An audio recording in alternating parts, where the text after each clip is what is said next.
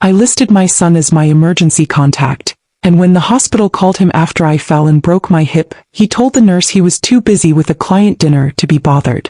He said not to call again unless I was actively dying. He didn't know the nurse had the phone on speaker. He also didn't know that the inheritance he was so patiently waiting for was held in a brokerage account that I could liquidate with a single phone call. He was about to find out what happens when a mother decides her own life is a better investment than a son who wouldn't even cross the street to see if she was alive. Before I begin, thank you for being here. For being part of this community. If you believe in the power of a woman finding her voice and reclaiming her life, then you are in the right place. Please, let me know in the comments where you're listening from. It truly means the world to me. Now let me tell you what they did to me. My name is Vivian Dubois, and for 72 years, my life has been a study in order. Not a rigid, unfeeling order, but the quiet, comforting order of a library, where every volume has its place and every story is respected.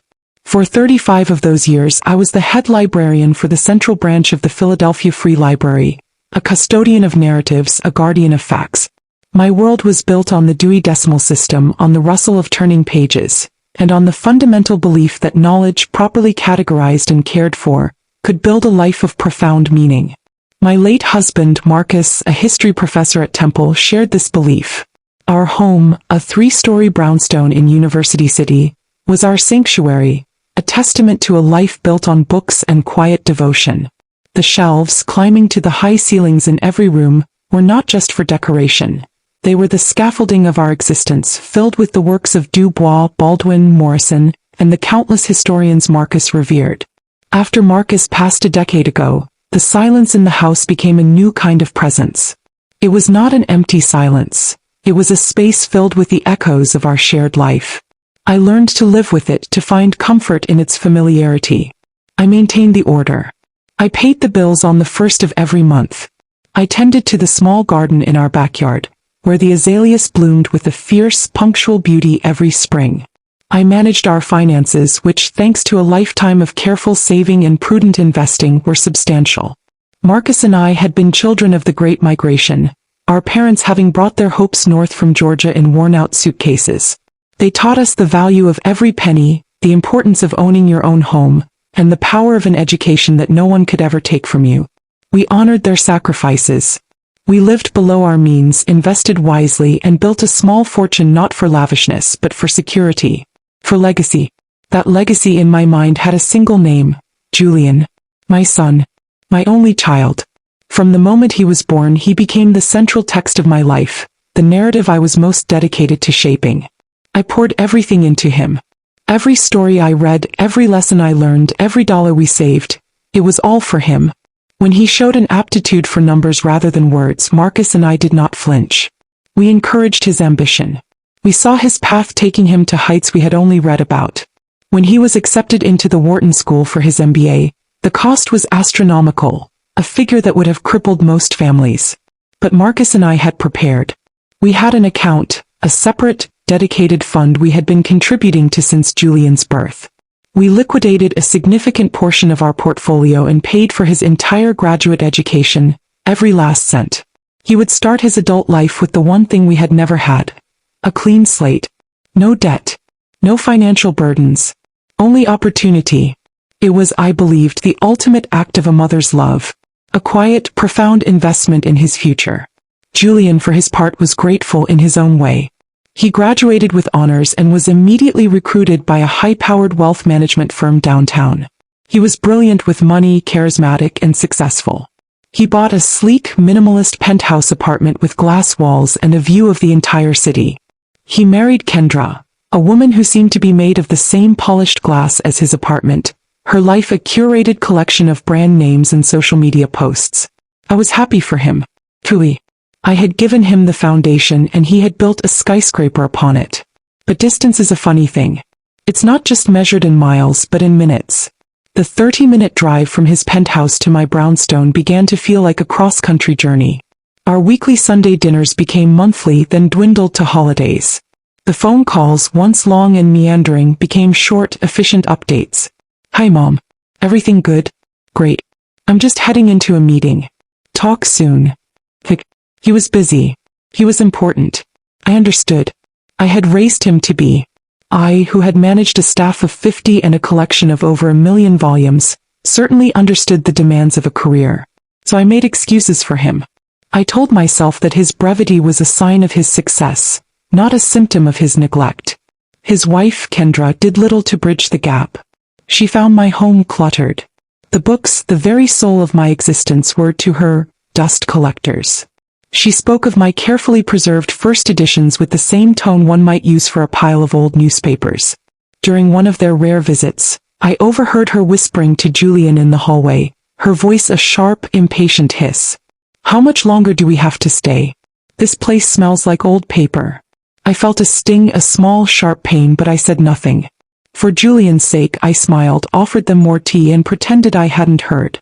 My expectations of him had shrunk over the years, whittled down from a desire for shared time to a simple, practical need. I was 72. I lived alone. I was in good health, but I was not immortal. I needed an emergency contact.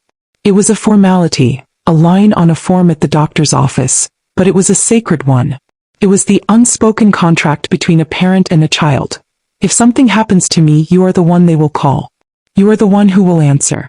When I filled out my medical paperwork each year, I wrote his name, Julian Dubois, in the blank space with a steady hand. It was a comfort, a small reassurance that despite the growing distance, the fundamental bond remained. He was my son. In an emergency, he would be there. It was the one thing, the last thing I was sure of. It was the foundation upon which my sense of security was built. I had no idea I was living in a house with a cracked foundation, and the first tremor was about to bring the whole thing down. The order of my life, so carefully maintained, was about to be thrown into absolute, irreversible chaos. The day it happened was an ordinary Tuesday in October. The air outside held the first crisp promise of autumn, and the afternoon sun slanted through the tall windows of my library, illuminating the dust motes dancing in the air like tiny golden sprites. I was doing what I had done 1,000 times before, retrieving a book from a high shelf. It was a handsome volume of poetry by Gwendolyn Brooks, one of my favorites. I had my sturdy two-step ladder, the one Marcus had bought me years ago, its rubber feet firmly planted on the polished hardwood floor. I had climbed it without incident for 2 decades. But on this day something was different. Perhaps my foot slipped. Perhaps for a fleeting second my 72-year-old balance betrayed me. I don't remember the cause, only the effect. There was a sudden sickening sensation of air where the floor should have been, a brief, terrifying flight, and then an impact that sent a bolt of white-hot electric pain shooting from my hip up my entire side. The world went dark for a moment, and when it swam back into focus I was on the floor, the book splayed open beside me, its pages whispering against the wood. The pain was a living thing, a vicious, predatory animal with its teeth sunk deep into my bone. I tried to move, to push myself up, but the agony was blinding, absolute. It stole my breath and brought a cold sweat to my brow. I was helpless, lying on the floor of my own home, a prisoner in my own body. The silence of the house, once a comfort, now felt vast and menacing. The ticking of the grandfather clock in the hall sounded like a countdown. Panic, cold and sharp, began to creep in. My phone was on the table, a dozen feet away, an impossible distance. I lay there for what felt like an eternity, my mind racing. I thought of Marcus, thought of my parents, and I thought of Julian, my son, my emergency contact. The absurdity of it all was a bitter pill. Here I was, in the very emergency the form had anticipated, and I couldn't even reach a phone to trigger the call. Gritting my teeth against the fire in my hip, I began to crawl. It was a slow, agonizing journey. I pulled myself forward with my arms, my useless leg dragging behind me, every inch a fresh wave of nausea-inducing pain. The polished floor, usually a source of pride, was a cold, unforgiving landscape. By the time I reached the table, my vision was blurry with tears and sweat. With a final, desperate lunge, I hooked a finger around the charging cord and pulled the phone down. It clattered to the floor beside me. My hands were trembling so violently it took me 3 tries to dial 911. The paramedics were kind, efficient, their calm professionalism a balm to my frayed nerves. They assessed the situation, administered pain relief that took the edge off the agony, and skillfully maneuvered me onto a stretcher. As they carried me out of my home, past the silent, watching eyes of the portraits on the wall, I felt a profound sense of violation. My fortress, my sanctuary, had been breached by my own frailty. At the hospital, the emergency room was a blur of bright lights, beeping machines, and hushed, serious voices. An X-ray confirmed what I already knew in my bones. A clean fracture of the femoral neck. A broken hip. The doctor, a young woman with tired but compassionate eyes, told me I would need surgery. "We need to contact your family," she said gently. "Who is your emergency contact?" A wave of relief washed over me, momentarily eclipsing the pain. "My son," I said, my voice hoarse.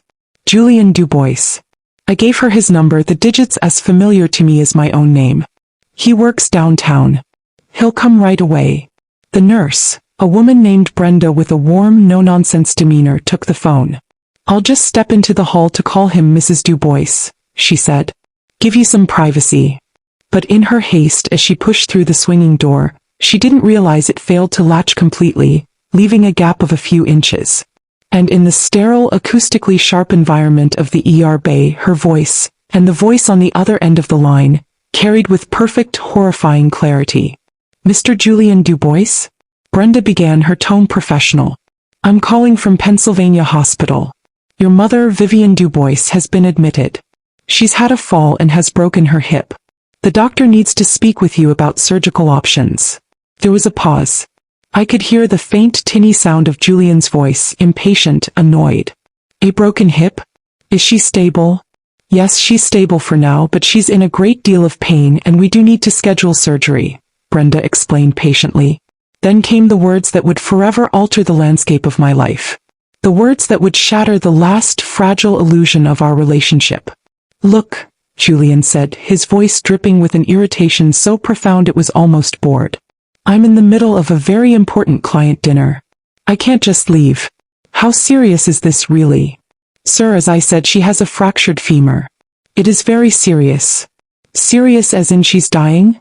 he asked, the question cold, pragmatic, utterly devoid of warmth. Brenda sounded taken aback. "No, sir, she is not dying, but—" "Then don't call me again unless she is," Julian cut in, his voice sharp, final. "I'm trying to close a 7-figure deal here. Send me a text with the details later. I'll look at it when I have time." The line went dead. Brenda stood in the hallway for a long moment, silent. I could picture the look on her face, a mixture of shock and pity. She pushed the door open and came back in, her expression carefully neutral, but her eyes couldn't hide what she had heard. She didn't know I had heard it too. "I'm so sorry, Mrs. Dubois," she said softly, her voice full of a compassion my own son could not muster. "He's tied up at the moment. He said he'll check his messages later." I didn't answer. I simply stared at the acoustic tile ceiling, the bright fluorescent lights blurring into a meaningless smear. The physical pain in my hip was a dull, distant ache compared to the new, gaping wound in my soul. He was at a client dinner. He was closing a deal. I was a nuisance, an interruption to his ambition. I was not a mother in need, but a line item on his list of obligations, to be dealt with when convenient. "Don't call me again unless she is dying." The words echoed in the silent room, a final, brutal verdict on a lifetime of love. In that moment something inside me broke, something far more essential than bone. The son I had raised, the legacy I had nurtured was gone. In his place was a stranger, a cold, calculating man who valued a commission over his own mother's suffering. And I, Vivian Dubois, was utterly, completely alone. The hours that followed were a long, sterile stretch of time, marked only by the rhythmic beeping of machines and the hushed footsteps of the night staff in the hallway. They moved me from the emergency room to a private room upstairs, a quiet beige space that felt like a waiting room between one life and the next. The surgery was scheduled for the morning. A kind orthopedic surgeon had come by to explain the procedure. A partial hip replacement, in calm, reassuring tones. I nodded and signed the consent forms, my hand moving with an automaton's precision. My mind was elsewhere. Lying in the starched, unforgiving hospital bed, with my leg immobilized and a dull, throbbing ache radiating from my hip, I was forced into a state of absolute stillness. And in that stillness, there was no escape from the echo of Julian's words. "Don't call me again unless she is dying." The phrase played on a loop in my head, each repetition chipping away at the carefully constructed edifice of my life. The one where I was a cherished mother and he was a devoted, if busy, son. The initial shock, that white-hot flash of pain and disbelief, slowly receded, leaving behind the cold, hard bedrock of reality. This wasn't a misunderstanding. It wasn't a thoughtless comment made under pressure. It was a revelation. It was the truth of my son's heart, laid bare in a moment of casual cruelty. He had weighed my suffering against a business dinner and found it wanting. My value in his meticulously calculated world was conditional. I was worth his time only in the absolute final emergency. Anything less was an inconvenience. My life as a librarian had taught me the value of revision. You don't just read a text once. You analyze it, you cross-reference it, you look for patterns and subtext. And so, in the quiet of that hospital room, I began to revise the narrative of my relationship with my son. I sifted through my memories, not with the soft focus lens of maternal love, but with the sharp, unforgiving clarity of a newly betrayed woman. I saw it all so clearly now. The skipped Sunday dinners weren't because he was busy. They were because he was uninterested. The short, transactional phone calls weren't a sign of his efficiency. They were a measure of his indifference. His wife Kendra's sneering comments about my home weren't just snobbery. They were a reflection of his own feelings, the ones he was too cowardly to voice himself. He had outsourced his disdain to her. I remembered a conversation from a few years back. He had called, his voice full of a rare enthusiasm, to tell me about a new investment opportunity. "Mom, you should really move some of your portfolio into this tech fund. The returns are incredible. Your money is just sitting there in those old-school bonds. It's not working for you." I had politely declined, telling him I was comfortable with the slow, steady growth Marcus and I had always favored. "It's your inheritance, Julian," I had told him gently. "I'm just its caretaker." "Exactly," he had replied, a sharp edge to his voice. "And as the future owner, I'm telling you, you're being too conservative." At the time, I had felt a prickle of unease, a sense that he saw my life savings not as my security, but as his property in waiting. I had dismissed it, told myself I was being too sensitive. Now I saw it for what it was, the cold, hard truth. He didn't see me, Vivian Dubois, the woman who raised him, who funded his entire future. He saw a walking, talking trust fund, a living obstacle between him and his inheritance. My life was just a long, inconvenient waiting period he had to endure before he could cash in. The grief, when it came, was a silent, convulsive thing. Tears I didn't know I had left to cry slid from the corners of my eyes, tracing hot paths down my temples into my hair. I wasn't just mourning the loss of my son's love. I was mourning the woman who had wasted so much of her own. The woman who had made excuses for him, who had accepted the crumbs of his attention as if it were a feast. The woman who had poured her life savings and her heart's devotion into a vessel that was not just empty, but cracked beyond repair. I wept for the years of sacrifice, for the extra shifts Marcus had taken, for the vacations we had foregone, for the simple luxuries we had denied ourselves, all to build a future for a boy who now wouldn't even answer the phone. The inheritance, that vast sum of money I had so carefully nurtured, felt like a monument to my own foolishness. It was a gift I had been polishing for a man who did not exist. As the first pale light of dawn began to filter through the window, my tears ran dry. The grief, so sharp and overwhelming, began to cool, to harden. It transmuted into something else, something I hadn't felt in a very long time. It was a cold, quiet, and utterly unshakable resolve. The kind of resolve I used to feel when a city council member threatened to cut the library's budget. It was the resolve of a woman who knew her own worth, even if her own son did not. The inheritance was not his. It was mine. It was mine and Marcus's. It was the sum total of our life's work, our love, our discipline. I was its caretaker, yes, but I had been mistaken about its beneficiary. The legacy was not meant for him. A new kind of order began to form in my mind, a new Dewey Decimal System for the rest of my life. There would be a great deaccessioning, a removal of a toxic asset from the collection. The Julian Fund, as I had secretly named it in my financial records, was about to be officially dissolved. He had made his choice. He had told me to call only when I was dying. Very well. As far as he was concerned, Vivian Dubois, the mother, the benefactor, the walking, talking bank account, had died last night in this very hospital room. And a new woman, one he had never met, was about to be born. A woman with a fractured hip, a broken heart, and a very, very large portfolio to spend. The surgery was a success. I woke up in a haze of anesthesia, the dull ache in my hip now overlaid with the sharper, more immediate pain of the incision.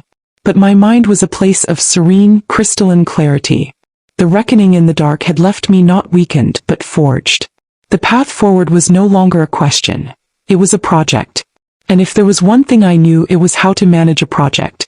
After a few days, I was transferred from the hospital to a highly rated inpatient rehabilitation facility, a place of quiet corridors and determined physical therapists. It was here, in a room that overlooked a small manicured garden, that my new life's work began. My son Julian had of course not visited. I received a single perfunctory text message 2 days after my surgery. Heard the op went well. Super swamped this week. We'll try to swing by. Let me know what you need. I had stared at the message, a perfect artifact of his indifference, and deleted it without replying. What I needed was not something he could provide. My first call was not to a friend or family member, but to Mr. Abernathy, my financial advisor for the past 20 years. He was a kind, old-school gentleman who had managed my and Marcus's portfolio with a steady, conservative hand. "Vivian," he said, his voice warm with genuine concern, "I was so sorry to hear about your fall. How are you feeling?" "I'm on the mend, Robert," I replied, my voice even and calm. "But I'm calling today on a matter of business. I've decided to make some significant changes to my financial strategy." "Oh?" he said, a note of surprise in his voice. "Are you sure now is the right time to be making big decisions?" "There has never been a better time," I said, and the certainty in my own voice felt like a physical force. "Robert, I want you to begin the process of liquidating the fund we've always referred to as the Julian Fund. All of it. The municipal bonds, the blue-chip stocks, everything. I want it moved into a single accessible high-yield savings account." There was a stunned silence on the other end of the line. The Julian Fund was the cornerstone of my portfolio, the vast majority of my net worth. The money I had told him 100 times was my son's inheritance. "All of it, Vivian?" he finally stammered. That's a very significant move. May I ask what for?" "I'm reinvesting," I said simply. "Into what, if I may ask?" "Myself," I said. "Consider it a long overdue portfolio correction. I'm moving my assets away from a non-performing beneficiary and into a growth sector. My own joy." I don't think Robert Abernathy had ever heard a client talk like that, but he was a professional. He swallowed his surprise and said, "Very well, Vivian. I will begin the process immediately." With the financial gears set in motion, I turned to the next phase of the project. My days in rehab were structured and demanding. There were hours of painful, grueling physical therapy, learning to walk again with the aid of a metal frame, my new hip protesting every step. But in the long hours in between, I had my laptop and the facility's Wi-Fi. I, Vivian Dubois, the retired head librarian, threw myself into the most important research project of my life. I didn't just want a vacation. I wanted an odyssey. I wanted to see the places I had only ever read about in books. I wanted to stand in the shadow of the pyramids, to drift through the canals of Venice, to watch the sun rise over the temples of Angkor Wat. I researched world cruises, not the short 2-week jaunts, but the grand epic voyages. The ones that lasted for months, that circumnavigated the globe, that promised a lifetime of experiences in a single journey. My browser history became a catalog of wonders. I compared itineraries from Cunard, Silversea and Regent Seven Seas. I read reviews, studied deck plans and scrutinized shore excursion menus. I created spreadsheets, cross-referencing cost against amenities, ports of call against cabin size. My old librarian skills, the meticulous attention to detail, the systematic organization of information, were now being deployed for the sole purpose of my own liberation.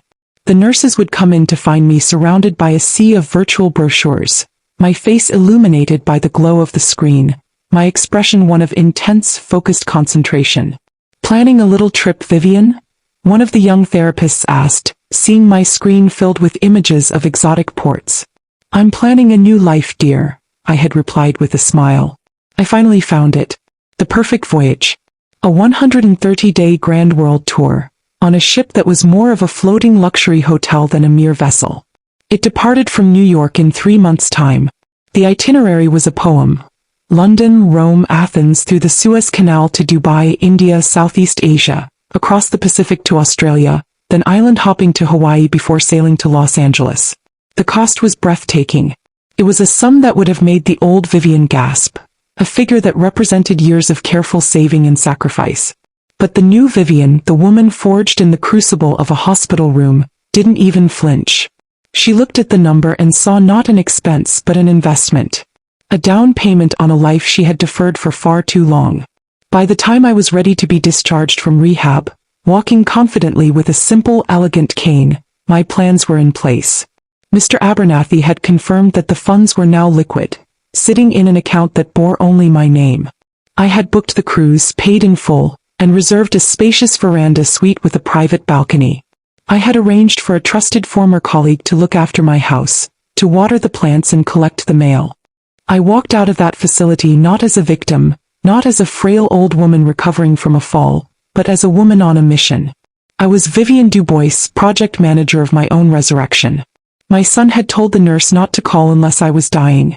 He had no idea that his words had been the very thing that had finally shocked my heart back to life. He was waiting for me to die so his life could begin. He was about to find out I had just done the same thing. The 3 months between my discharge and my departure were a blur of quiet, purposeful activity. I moved with a newfound energy, my cane tapping a steady rhythm on the Philadelphia sidewalks. I bought a new wardrobe, not the sensible, muted tones of my former life, but clothes in vibrant shades of sapphire, emerald, and ruby. I bought elegant evening gowns for the formal nights on the ship, comfortable linen trousers for exploring bustling markets, and a wide-brimmed hat that made me feel like a character from a Somerset Maugham novel. Each purchase was a small act of rebellion, a declaration of my independence. I did not inform Julian of my plans. He had, as promised, tried to swing by once, a brief 10-minute visit to my home where he stood awkwardly in the foyer checking his watch. He asked if I was all better now, as if a hip replacement were a common cold. He never mentioned the phone call to the hospital. He never apologized. He simply performed the bare minimum of filial duty before rushing off to his next important meeting. I was polite, distant, and offered him nothing. I did not need his validation. I did not need his permission. I was a sovereign nation and I had already declared my independence. The day I left, I took a taxi to the 30th Street station and a train to New York. Standing on the pier, gazing up at the magnificent, gleaming white ship that would be my home for the next 4 months, I felt a thrill I hadn't experienced in years. It was the thrill of a new book, of a story just beginning. Life on board was a revelation. I woke each morning in my beautiful suite, the sound of the ocean a gentle murmur outside my balcony door. I had breakfast delivered to my room, sipping coffee as I watched the sea slide by. I made friends. There was a retired history professor from Chicago who shared my love for books, a witty widow from Australia who taught me how to play canasta, and a charming British couple who had been sailing the world for years. We would dine together in the ship's elegant restaurants, sharing stories and laughing until tears streamed down our faces. I, Vivian Dubois, who had spent her life in the quiet stacks of a library, was now a woman of the world. I walked through the ancient ruins of the Roman Forum, my cane tapping on stones that had been laid before the birth of Christ. I stood in awe before the golden treasures of Tutankhamun's tomb in the Egyptian Museum in Cairo. I haggled for spices in a vibrant, chaotic market in Mumbai, the air thick with the scent of cardamom and turmeric. I watched traditional dancers in Bali, their movements as intricate and beautiful as a line of poetry. With every new port, every new experience, I felt a part of my old, constrained self sloughing away, replaced by someone stronger, more vibrant, more alive. I sent no postcards. I made no phone calls. As far as my son was concerned, I had vanished. The call came when I was 2 months into my journey. The ship was docked in the stunning harbor of Sydney, Australia. I was sitting on my private balcony, a glass of crisp Sauvignon Blanc in my hand, watching the iconic white sails of the Opera House gleam in the afternoon sun. My satellite phone, a device I kept for true emergencies, began to ring. It was Julian. I let it ring for a moment, savoring the interruption. Then I answered, my voice calm and serene. Hello. Mom? Mom, where are you? His voice was a raw, ragged sound, a mixture of panic and fury. I've been calling your home phone for weeks. I went by the house and Mrs. Gable from next door said she saw you leave in a taxi months ago. What is going on? I'm on vacation, I said simply, taking a slow sip of my wine. A vacation? For 2 months. Where are you? He demanded. At the moment, I said, glancing out at the harbor, I'm in Sydney. There was a choked, sputtering sound on the other end of the line. Sydney? As in Australia. What are you doing in Australia? It's Tuesday, I said. I believe I'm scheduled for a tour of the Blue Mountains tomorrow. This isn't a joke, Mom, he shrieked, his voice rising in pitch. Kendra and we were applying for a bridge loan for a new real estate venture. It was a sure thing. But the bank, they did a review of our assets. They said that the fund, the money you always said was for me, it's gone. The entire account has been emptied. What did you do with it, Mom? What did you do with my inheritance? My inheritance. The possessiveness, the sheer, unadulterated entitlement in those 2 words, was breathtaking. It was the final confirmation I never knew I needed. I took another calm sip of wine. I let the silence stretch, letting him stew in the panic he had created. An inheritance, Julian, I said finally, my voice as cool and as clear as the winter air over the Atlantic, is a gift one receives after a person has died. What are you talking about? He stammered. Well, I continued, you made it quite clear to the nurse at the hospital that you were only to be contacted in the event of my death. Since you couldn't be bothered to ascertain whether I was alive or not, I decided to take your directive to its logical conclusion. The old Vivian, the one who was your mother in your bank, is gone. She died in that hospital room. And since you were not there to mourn her passing, you forfeited any claim to her estate. This is insane, he yelled. You've lost your mind. On the contrary, I said, a smile finally touching my lips. I found it. I'm using my money to fund my life. A life I have discovered that is quite wonderful without you in it. Now, if you'll excuse me, the sun is setting over the harbor and I don't want to miss it. It was a very expensive view and I intend to enjoy it. Don't call this number again. I ended the call. I did not feel anger. I did not feel triumph. I felt only a profound, liberating peace. I held my wine glass up, toasting the setting sun, the magnificent opera house, and the new, uncharted waters of my own life.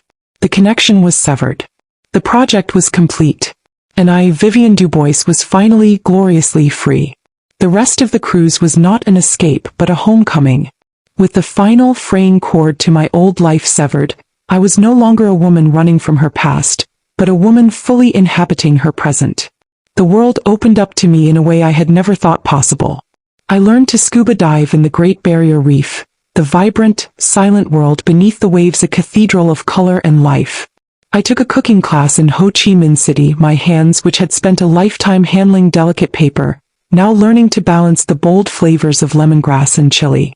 I walked on the Great Wall of China, the wind whipping at my hair, feeling the immense weight of the history beneath my feet.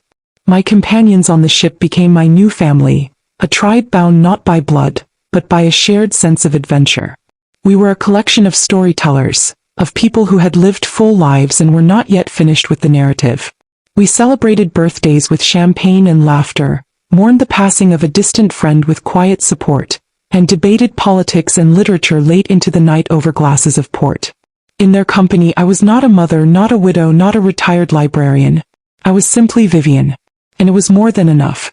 When the ship finally sailed into the port of Los Angeles, 130 days after it had departed from New York, I was a different woman.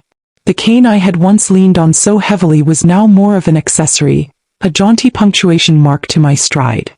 My skin was kissed by the sun of a dozen countries, and my eyes held a sparkle that had been absent for years. I did not return to Philadelphia immediately.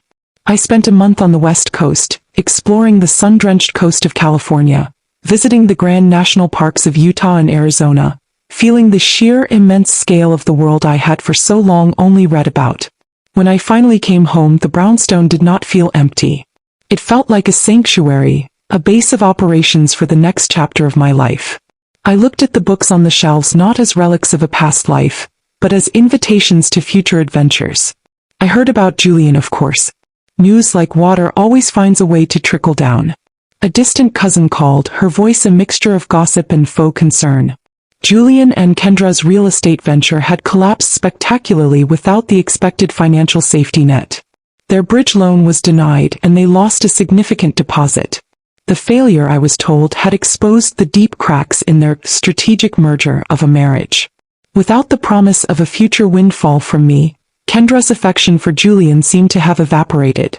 The last I heard, they were selling the sleek penthouse apartment.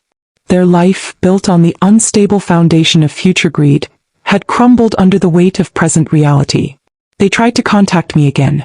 A letter arrived, written in Julian's hand. It was a desperate, rambling screed, full of accusations and self-pity, with a single pathetic line of apology buried in the third paragraph. It spoke of his regret for any misunderstanding. I read it once, with the dispassionate eye of a librarian reviewing a poorly written manuscript, and then I used it as kindling in my fireplace. My revenge was not in his ruin. I took no pleasure in his financial struggles or his marital strife. That was his life, his creation, the natural consequence of his own choices. My victory was not in what he had lost, but in what I had gained. My inheritance, the true one, was not the money in the bank. It was the memory of a sunset over the Sydney harbor. It was the taste of fresh pasta in a tiny Roman trattoria. It was the feeling of camaraderie with my new friends, the shared laughter echoing over the vast dark ocean. It was the profound, unshakable knowledge that my own happiness was a worthy investment. It was the reclamation of my own story. I established a new fund at the library, the Vivian and Marcus Du Bois Grant, to fund travel and research for young, promising librarians. That was my legacy now. Not a lump sum for a neglectful son, but a perpetual gift of knowledge and experience for generations to come. Sometimes, when the evening is quiet, I sit in my library, a cup of tea in my hand, and I look at the globe on Marcus's old desk. I trace the path of my journey with my finger, a fine, invisible line that stitches the continents together. I am no longer a woman defined by a single relationship, by a single painful phone call. I am a woman of the world. I am the hero of my own story. And that inheritance, the inheritance of joy, is something no one can ever take away. It is priceless.